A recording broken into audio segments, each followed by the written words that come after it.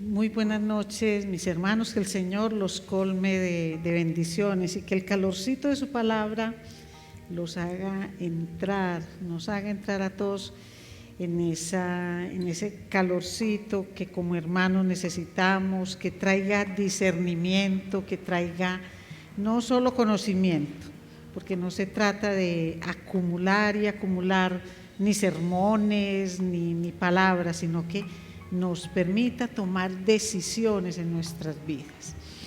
Y la porción que vamos a ver hoy sigue en torno a lo mismo que Judas ha hablado. Judas ya sabemos que quería hablar sobre la salvación, pero el tema de los falsos maestros que estaban de forma encubierta enseñando en la congregación era una preocupación muy grande, porque él sabía lo que esto podía generar en la fe de las personas, en lo que era la salud de la iglesia. Entonces, la invitación que ha hecho Judas en toda esta carta es a contender por la fe. ¿Y qué quiere decir eso? Que si la fe que profesamos vale la pena, entonces vale la pena defenderla. Es esa la invitación que él está haciendo. Entonces hay que defenderla de personas, hay que defenderla de la ignorancia, porque la ignorancia tiene un alto costo, la rebeldía, la prepotencia, la corrupción moral, todo esto que vimos en los versículos anteriores. Judas tiene un solo capítulo, compuesto por 25 versículos, y nos hemos deleitado en la palabra uno por uno de los versículos y pidiéndole al Señor que nos ayude a extractar todo lo que tiene. Entonces sigue él hablando de lo que son estos falsos maestros, pero hay algo, mis amados, nosotros no debemos volvernos paranoicos con esto, en el sentido de, y entonces, ¿quién está sentado al lado mío? ¿Quién es el que me habla? No es llenos de temores como vamos a enfrentar a los falsos maestros, es llenos de la palabra del Señor, es llenos del conocimiento de Dios, de esa sabiduría que viene de lo alto, porque de resto no vamos a tener forma de mirarlo. Entonces, lo que tenemos que tener muy claro es que, y es la parte que vamos a ver hoy, que estos falsos maestros no solo afectan en la parte doctrinal, sino que ellos generan un impacto muy grande en la vida diaria de los creyentes, no solo en lo que se vive dentro de la congregación, sino la manera como se vive hacia afuera. Vamos entonces a leer Judas en los versículos 12 al 16, y dice así la palabra del Señor. Empieza, estos. Cuando dice estos es porque viene del versículo 11 hacia atrás hablando de estos falsos maestros.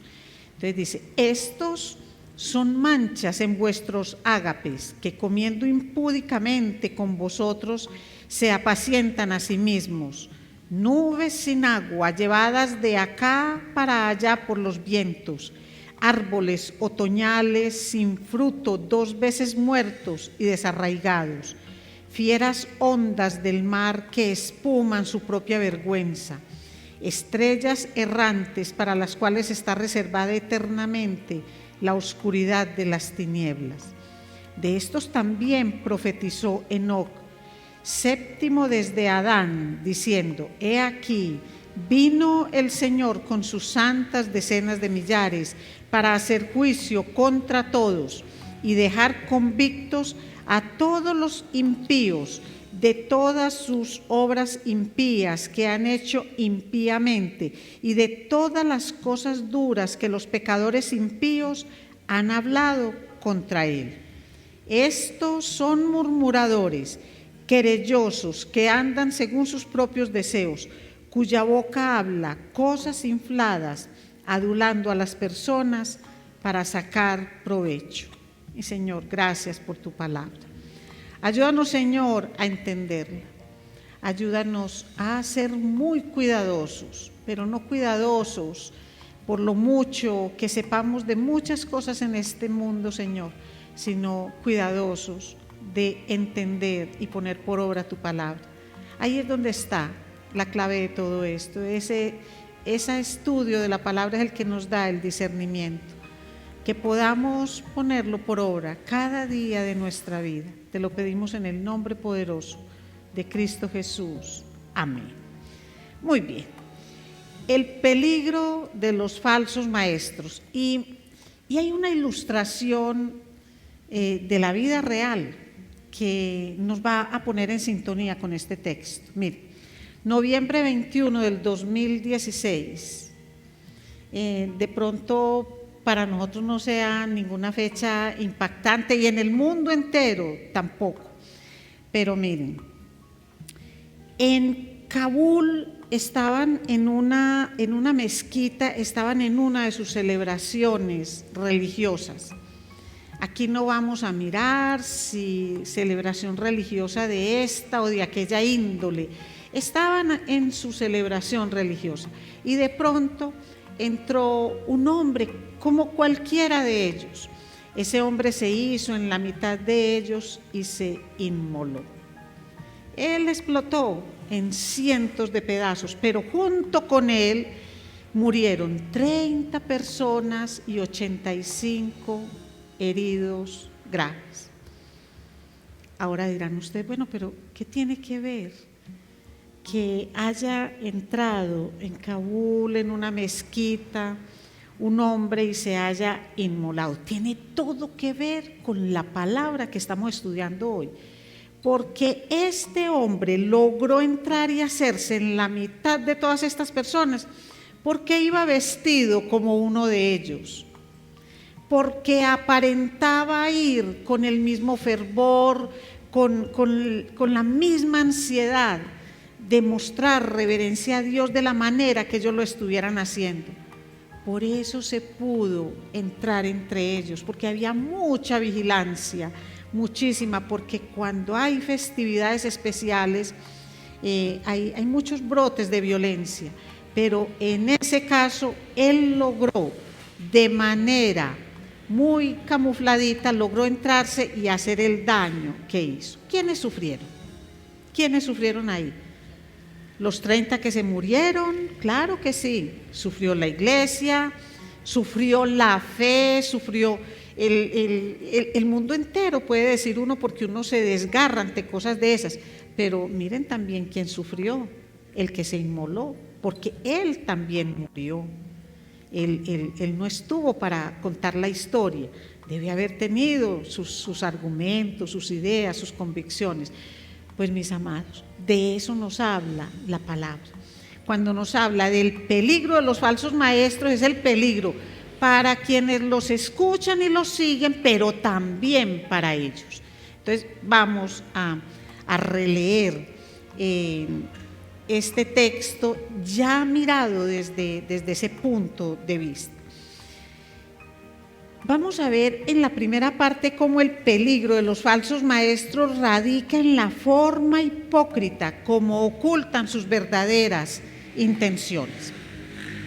Leamos nuevamente versículos 12 y 13. Miren, estos son manchas en vuestros ágapes que comiendo impúdicamente con vosotros se apacientan a sí mismos, nubes sin agua llevadas de acá para allá por los vientos, árboles otoñales sin fruto, 2 veces muertos y desarraigados, fieras ondas del mar que espuman su propia vergüenza, estrellas errantes para las cuales está reservada eternamente la oscuridad de las tinieblas. Entonces, miren esto. ¿Qué significa eso que son manchas en los ágapes? Realmente cuando uno mira la palabra manchas, hace más referencia como a esas rocas ocultas que hay en el mar y que generan el hundimiento de naves, las perforan, les hacen mucho daño porque en la superficie no se ve, pero están ahí en el agua. Así sea con partes muy profundas, hay partes que tienen unas salientes muy grandes y las pueden dañar. Pues aquí cuando dice que son manchas en esos ágapes y que comen impúdicamente con las personas, de lo que está hablando es que en algo que era tan hermoso, que era para darle honra y gloria al Señor, que se hacía en el nombre de Él, que eran todas esas reuniones, no se trataba de una reunión social donde se celebraba un cumpleaños o algo, sino que eran reuniones en el nombre de Dios y se reunían con ese fin para compartir el amor y el compañerismo. No les importaba nada infiltrarse como si fueran uno de ellos, pero sabiendo que lo único que buscaban era adeptos para sus creencias, personas que creyeran igual que ellos, porque lo que hacen ellos con eso que Judas dice que son manchas en sus ágapes, es que aún en lo cotidiano se van entrando. ¿Y por qué se entran? Porque lo hacen de una forma camuflada, hipócrita. Por eso utiliza estas ilustraciones de la naturaleza. Piensen en algo. Una nube sin agua es una nube que no tiene peso y se la va llevando el viento, se la lleva. ¿Qué es lo que genera, y sobre todo en una tierra como esta, desértica, tierras de Palestina, donde el agua es tan apreciada? Entonces, en épocas de gran verano, ¿qué es lo que se espera? Que cuando una nube se ve, pues que venga algo de lluvia, pero hay una gran decepción cuando esa nube pasa. Igualito pasa con las enseñanzas de estos falsos maestros, porque ellos decían cosas y realmente no cumplían con lo que hace la palabra de Dios, que es esa fuente de agua viva, que nos ayuda, que nos reanima, que nos redarguye. No, esos son palabras vanas, pero hay muchísima gente que le presta atención a esto porque tienen lo que la palabra misma denomina comezón de oír. Quiero oír cositas suaves, a mí hábleme de la vida, hábleme de psicología, hábleme del impacto de cosas aquí en mi vida cotidiana, y me tienen contento, que es lo que mucha gente hace. Entonces, cuando las personas son como educadas en ese tipo de enseñanza, son personas que no trascienden, no se les ve como la verdadera transformación que Dios hace en una persona cuando esa persona tiene un nuevo nacimiento. ¿Y eso es fruto de qué? Eso es fruto de las palabras que escuchan, de las enseñanzas que tienen. Y ahora volvamos a repetir, y lo vamos a repetir una y otra vez. ¿Por qué siguen las personas a los falsos maestros? Porque están más engañadas que el falso maestro. Porque no leen la palabra, entonces se van tras aquel que habla muy bonito, que habla de manera muy especial, que dice cosas que les llaman mucho la atención. Entonces comparten con ellos sin ningún temor y sin la reverencia al Señor. ¿Y qué es lo que piensa mucha gente? Pues si están aquí en medio de toda esta reunión, tiene que ser que es bueno lo que ellos dicen. ¿Con qué camuflan siempre sus enseñanzas? Con la palabra Dios o Jesús. Tienen palabras que nosotros amamos, que respetamos, y ellos las utilizan para su propio bien. Pasa con ellos, y ya lo vimos en otra parte de la palabra, lo que dice Ezequiel 34, cuando habla de que se apacientan a sí mismos, dice: ay de los pastores de Israel que se apacientan a sí mismos. En este caso, pastores, maestros, líderes. No apacientan los pastores a los rebaños, coméis la grosura y os vestís de la lana, la engordada degolláis, mas no apacentáis a las ovejas. No fortalecisteis las débiles, ni curasteis la enferma, no vendasteis la perniquebrada, ni volvisteis al redil la descarriada, ni buscasteis la perdida. Es decir, lo único que tenían eran motivaciones egoístas, buscaban su propio beneficio, prometen mucho pero no dan, porque lo que tienen aparentemente para dar, proviene de su filosofía, de sus pensamientos y de sus deseos. Por eso dice que son como árboles otoñales sin fruto. En el otoño ya el árbol ya debe tener su fruto, pero se le van a caer las hojas y ya en invierno no es tiempo de cosecha. Entonces, 2 veces muertos y desarraigados. Es decir, ellos ni dan fruto, ni permiten que en las personas se desarrolle el fruto, porque quien aprende de un falso maestro, ¿qué es lo que pone en práctica? Las enseñanzas del falso maestro. Entonces va rumbo a la perdición. Y mire esto tan hermoso: fieras ondas del mar que espuman su propia vergüenza. De pronto alguno de ustedes ha mirado así en la orilla del mar cuando hay una tempestad, pues no exactamente en la parte donde uno está mirando las olas, sino que se haya presentado una tempestad un poco más allá. ¿Qué es lo que traen las olas? Primero llegan con fuerza, llegan con mucha espuma y con fuerza contra la orilla, pero ¿qué es lo que dejan en la arena? Basura, troncos, todo lo que se haya dañado o haya arrastrado en la parte de allá, entonces lo traen hacia la orilla. Y eso es lo que hacen estos falsos maestros. Es decir, ellos lo que hacen es arrojar esa basura. ¿Sobre quién? Sobre los creyentes. Todo eso que dicen tener lo entregan. ¿Y qué es lo que hace el creyente ingenuo, el creyente que no lee la palabra, que no la conoce? Entonces él recibe esa basura. Y cuando los creyentes reciben basura, ¿quién está recibiendo esa basura? La iglesia. Entonces eso va de frente contra la iglesia, porque la iglesia somos los creyentes. Entonces, todo esto se hace en el nombre de Cristo.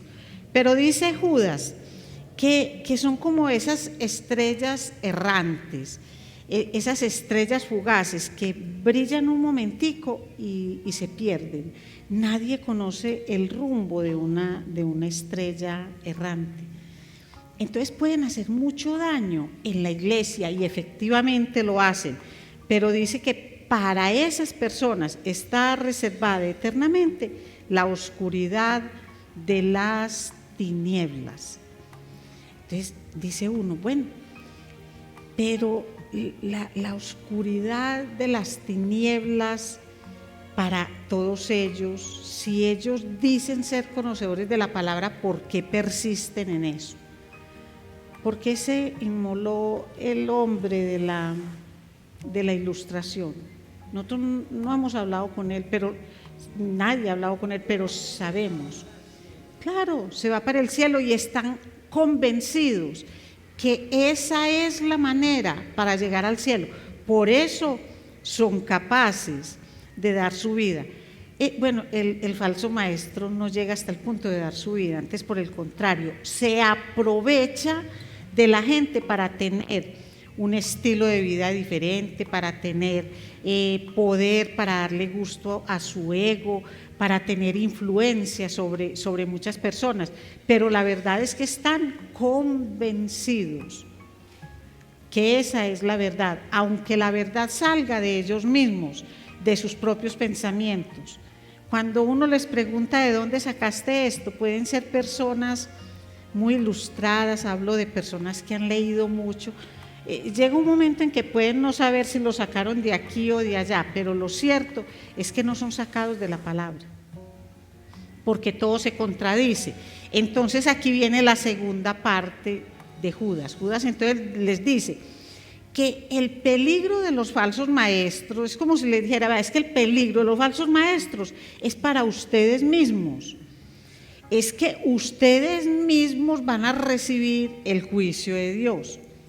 Y empieza del versículo 14 al 16 a decirles por qué lo van a recibir.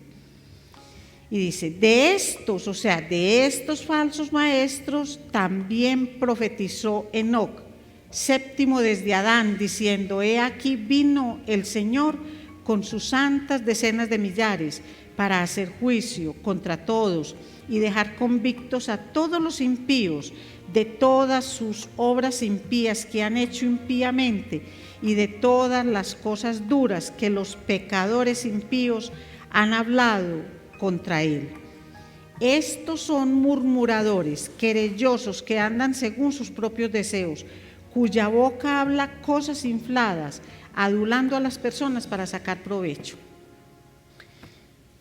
Los que están buscando el libro de Enoc en la Biblia, no se afanen mucho que no la van a encontrar, porque es un libro apócrifo, es un libro que en los 2 primeros siglos de la era cristiana era muy conocido y fue conocido antes también de ese tiempo. Entonces, cuando Judas está hablando de lo que dijo Enoc, no está diciendo que el libro de Enoc hace parte o iba a ser parte del canon, porque en ese tiempo todavía no estaba la Biblia conformada de la manera que la tenemos.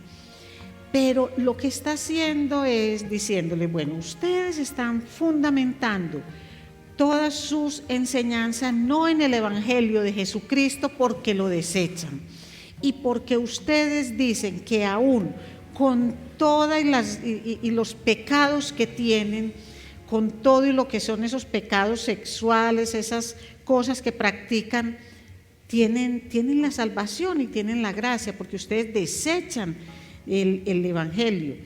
Pues les voy a hablar en los mismos términos del libro que ustedes utilizan, que uno de ellos es el libro de Enoc. Y lo que les dice es, lo que habla Enoc es de juicio. Y miren, cuando uno habla de juicio, el juicio no depende de la creencia que tenga la persona. El juicio de Dios va a ser para todo el mundo, absolutamente para todos, juzgados según sus obras. Si esto lo dice también Enoc, en el libro que estos falsos maestros se apoyaban para muchas cosas, partían de muchos vacíos en la lectura y en la aplicación de lo que hacían. Porque si nosotros miramos quién era Enoc, Enoc fue un hombre que caminó con Dios. Y cuando dice caminó con Dios, caminó en santidad y en rectitud, por eso no conoció la muerte, por eso el Señor se lo llevó. Entonces, en una de sus profecías va a enseñar algo en contra de Dios mismo y de la palabra. No, antes por el contrario, lo que dice es que a los que hagan las cosas malas, a los impíos, a los que están sin Dios, a los que están en contra de Dios, a los que blasfeman de una u otra manera contra Dios, les vendrá el juicio. Eso es lo que le está diciendo. Y por eso es que Judas hace uso de ese libro apócrifo. Es por eso, para mostrarles en sus propios términos lo equivocados que ellos están. Entonces, mira uno acerca de todas estas, digamos, como todas estas ilusiones que ellos enseñaban a la gente, y nada de eso contenía el juicio. Y miren algo, el juicio es algo que va a ser universal. Y es algo que se está adelantando porque está dentro de la agenda de Dios. Y cuando digo dentro de la agenda de Dios, no quiere decir que Dios va a improvisar un día con el juicio, sino que va caminando hacia allá. Cuando en el Apocalipsis hablan de las trompetas, eso es que van anunciando el juicio, eso es lo que hace una trompeta. Y eso se va dando en el tiempo, se ha dado en el tiempo. Y es que Dios siempre ha tenido el control. ¿Y cómo se va a hacer el juicio? El juicio se lo delega Dios a Jesús. Pero Jesús se apoya en ángeles para hacerlo, que es lo mismo que habla Enoc. El Señor lo decía en Mateo 13, versículos 41 y 42, dice: enviará el Hijo del Hombre a sus ángeles y recogerán de su reino a todos los que sirven de tropiezo y a los que hacen iniquidad, y los echarán en el horno del fuego. Allí será el lloro y el crujir de dientes. Entonces viene el Señor y viene a hacer un juicio contra todos.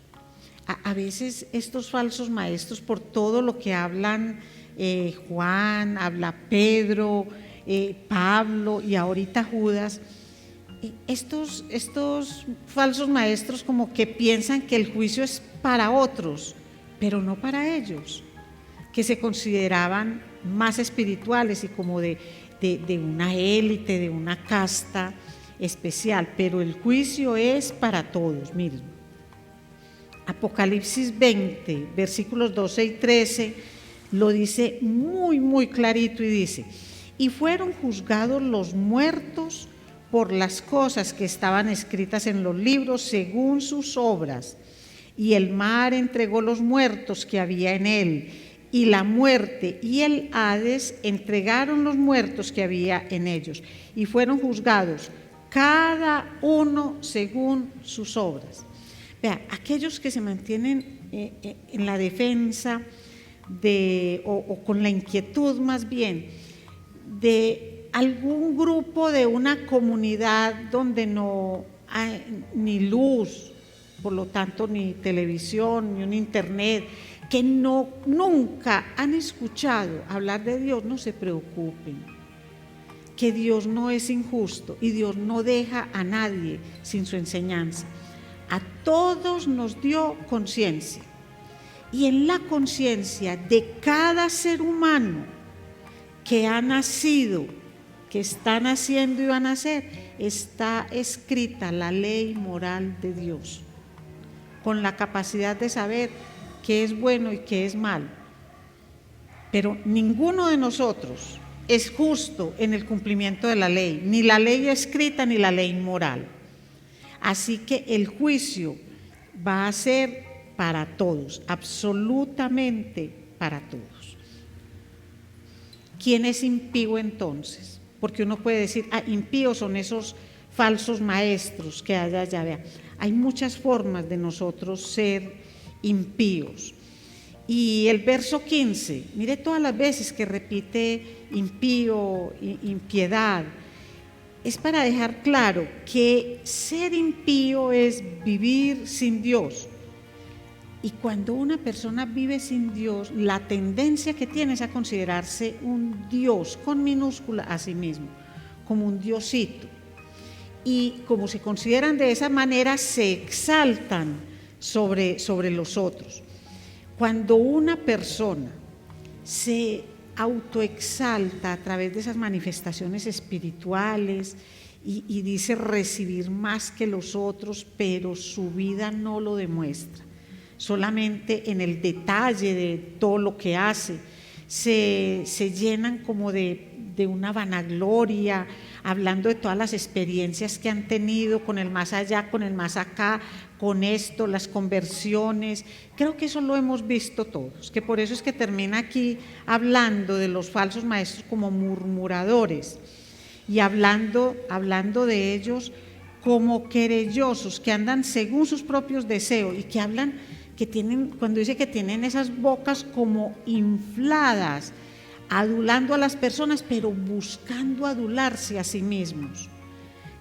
Ténganle miedo y corran, huyan de aquellos que utilizan el púlpito casi que exclusivamente.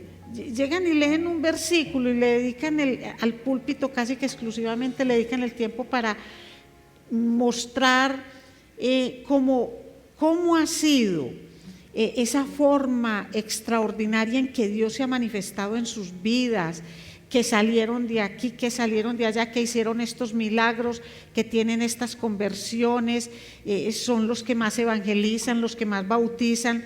Es decir, todo el tiempo, en lugar de permitir que se escuche la palabra de Dios para que edifique al pueblo, lo que hacen es autoexaltarse, para que la gente que los esté escuchando los vea como tan especiales, tan cercanos a Dios, que hay que creer en las cosas que hacen.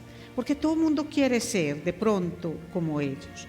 Entonces por eso dice, cuídense mucho de eso, cuídense de lo que hablan, cuídense de cómo viven, pero volvemos a lo mismo, ¿cómo me cuido yo de una falsa enseñanza? ¿De qué manera me cuido yo de una falsa enseñanza?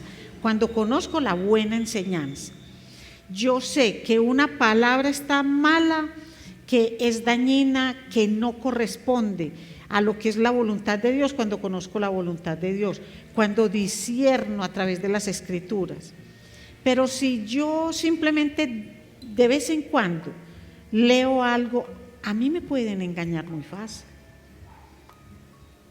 Ahora, también a los conocedores es posible que los engañen por múltiples cosas, pero de lo que se trata aquí es que nosotros tengamos esa responsabilidad con la fe que tenemos y con nosotros mismos, porque los primeros que salimos perjudicados somos nosotros. Si nosotros no aprendemos a identificar ni las enseñanzas ni las actitudes de las personas, entonces en las sillas de la iglesia se van a empezar a sentar lobos vestidos de ovejas, pero no los vamos a reconocer, porque esos lobos vestidos de ovejas suelen ser muy amables, suelen compartir mucho, pero también miren una de las características, suelen criticar mucho y normalmente no se unen con las otras personas en oración con Dios, sino en murmuración con las otras personas de las congregaciones, y hacen mucho daño. Eso es lo que Pablo nos advierte, entonces, lo que Judas nos advierte. Entonces, ¿qué es lo que dice?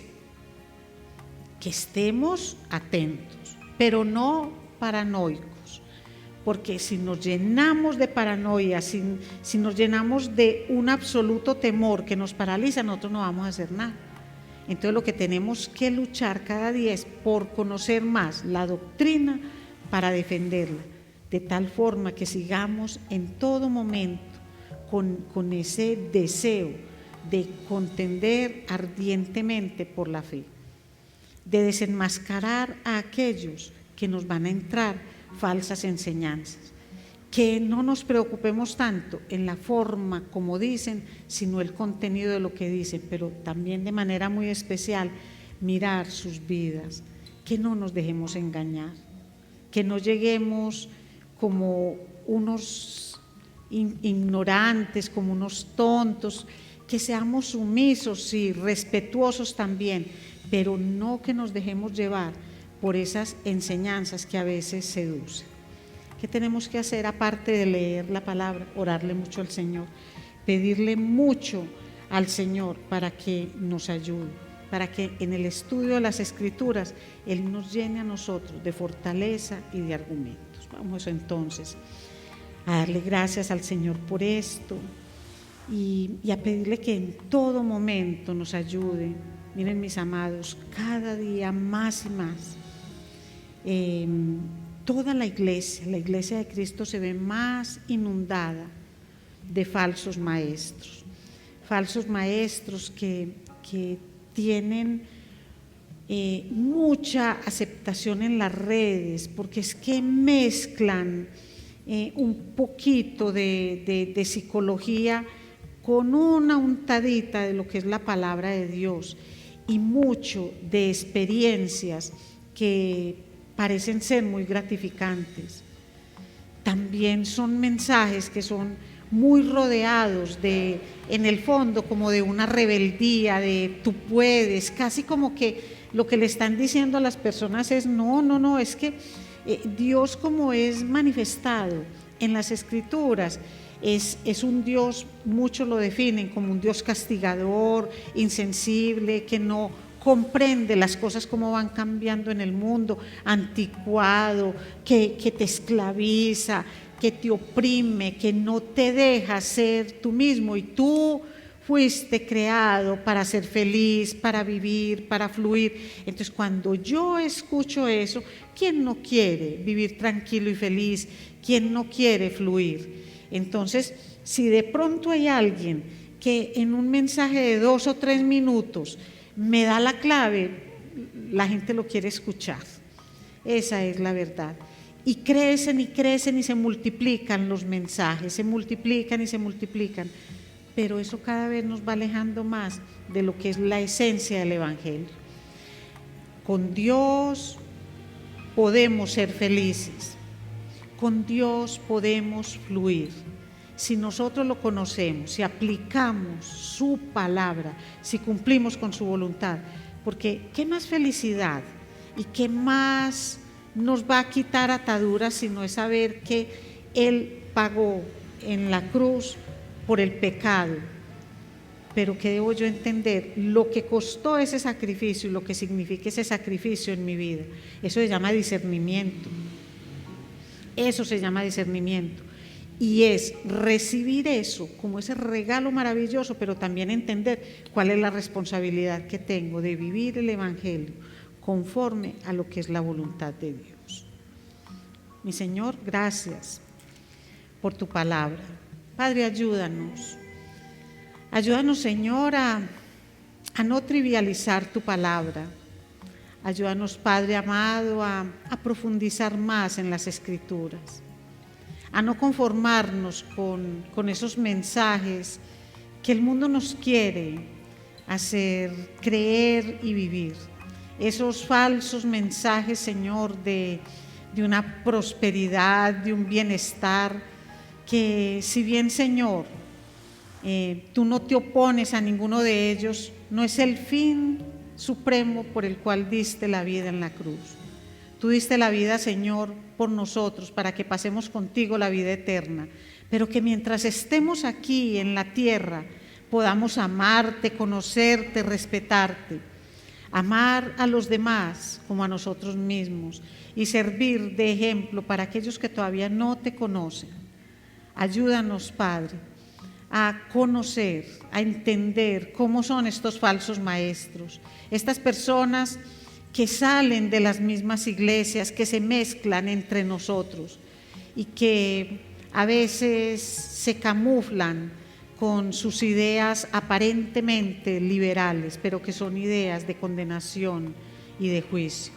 Ayúdanos a comprenderlo, ayúdanos a protegernos los unos a los otros, sin importar lo que vayan a decir, que podamos defender esa fe que profesamos, que la podamos defender con conocimiento, con amor, con toda la dedicación, que perseveremos en el conocimiento de Dios, de su carácter, para que así cuando lleguen esas falsas enseñanzas podemos decir no, pero no sabiendo que tenemos una base cierta y que podamos ayudar a aquellos que se están desviando de su camino.